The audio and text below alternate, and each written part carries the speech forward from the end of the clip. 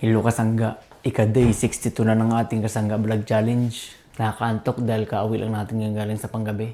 Uy, kung ngayon lang tayo nagkita kasangga, ako nga pala si Kasanggang Jumil, ang machinist entrepreneur dito sa bansang Australia. Bakit entrepreneur kasangga? Kasi meron tayong sinusolusyon ng bagay kasangga. Kasangga dito kasi sa Australia kasangga.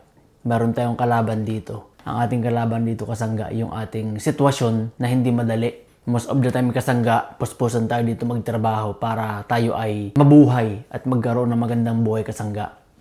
At naniniwala ako kasangga na para makaalis tayo sa sitwasyon na iyon, tanging ang pagninegosyo dito kasangga ang sagot para masolusyonan natin yung bagay na yun at makaalis tayo sa sitwasyon na yun kasangga. Magnegosyo tayo dito kasangga ng legal, yung may pag-asang lumaki yung ating mga sisimulang negosyo na hindi tayo patago-tago kasangga. Hindi madali pero possible kasangga at doable at walang nagsasabing bawal. Kaya kung naniniwala ka doon kasangga, samahan mo ako kasangga at sama-sama nating solusyonan yan. Inaanyayahan kita kasangga mag-join sa KAUPE. Yun ay sa ating Facebook group at sama-sama nating solusyonan din kasangga ang ating mga gagawin na hakbang para masolusyonan ang ating pagninegosyo dito sa ibang bansa kasangga. Kaya join ka na doon kasangga at mag-follow ka na rin kasangga dito sa ating Jumil Ignacio Official dahil take notes kasangga, 365 vlogs to. Marami tayong ilalabas pang vlogs in the future, no? Nakaka-62 na tayo ngayon at malayo-layo pang ating ibablog kasangga. Para updated ka kasangga sa ating mga i-announce kasangga, no? Yun lang kasangga, samahan mo ako ngayon sa ating ika-day 62 ng ating vlog ngayon. Ngayong araw at tayo ngayon ay kakain lang muna ng breakfast at matutulog na. At gising na naman ulit mamaya. Yun lang kasangga, night mode kasi tayo ngayon eh. Kaya pag ganyang night shift tayo, medyo wala tayong ganong ginagawa at kain-tulog lang tayo. Kaya kasangga, kain muna tayo. Ang aking pagkain kasangga bago matulog itong ating breakfast. Pita bread kasangga, saka isda, ulo.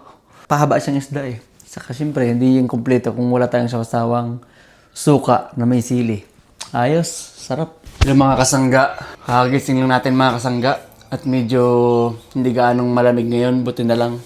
Dito ngayon si Conel nanood ng laptop. Absent ngayon si Conel dahil Why are you absent today po? Because I'm sick. Because you're sick po? Masama kasi hanggang pakiramdam niya kahapon pa. Pinauwi siya kahapon sa eskwela dahil nga nag-uubo siya doon. Kaya ngayong araw, hindi na lang muna namin siya pinapasok. Kaya relax siya ngayon dito sa bahay. Mag-say hi baby po sa ating mga kasangga po. Mga kasangga, ligo muna tayo mga kasangga. Kaya medyo nakawad-wad ako ngayon dahil wala namang hindi ganong malamig eh. Magandang panahon eh. Kaya ayos na ayos ang panahon. Mga kasangga, maya, naman tayo, papasok naman tayo.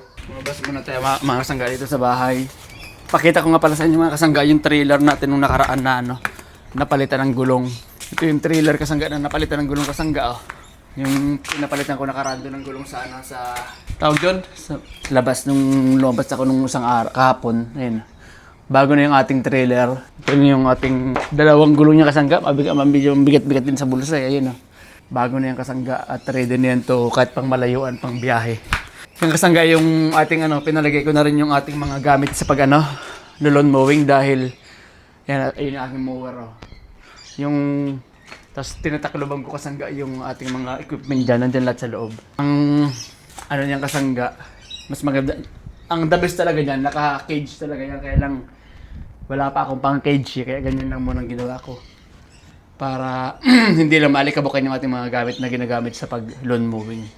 Rin dito gunin ulit kasangga. May trabaho tayo sa Biyernes, kaya pinrepair ko na siya. So condition na yung ating trailer na gagamitin sa pag-mowing, service sa ating lawn mowing business.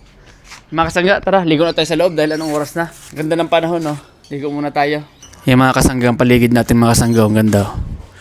Maliwalas ang panahon at hindi ganong malamig ngayon. Kaya medyo sarap ng magtambay dito sa labas ng bahay. Yan mga kasangga. Wala ngayon si Kati dahil nagsundo sa kay Dumila, kay Ilay. Parang dito na si Matbi ngayon. Saka si Conel hindi na pumasok ngayong araw. Let's pray na baby po. Let us pray. In the name of the Father, the Son, the Holy Spirit. Amen.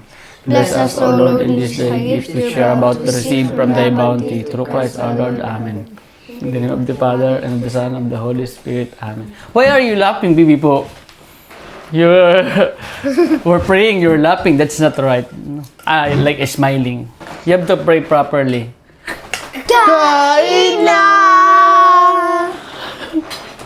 Next time, don't smile. How are you praying, ha? You have to pray properly when you pray.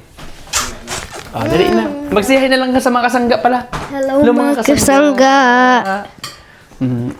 Si Mumi ay nagluto ng sinigang na ano, bibi po? Niluto ni Mumi?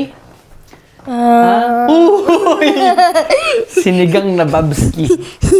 Na manamnamon. Kaya tayo mga kasangga, pasok na naman tayo mamaya. Mga kasangga, abang naghihintay-hintay tayo kasangga ng ating pagpasok maya-maya dahil panggabi tayo ngayon. Nandun si Conel at si Kuya Ape sa naglalaro. What are you doing, bibi po? Playing what po?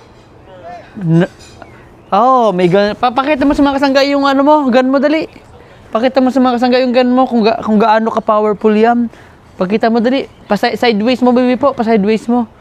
Sige nga, pakita mo nga. Uy, grabe. Ang layo kasangga nung kanyang binaril kasangga ni Connie.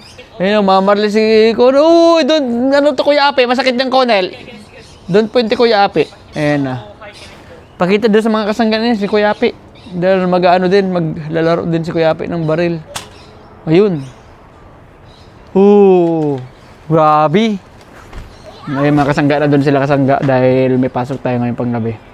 Nag-relax sila dyan sa labas. Hapon na kasangga.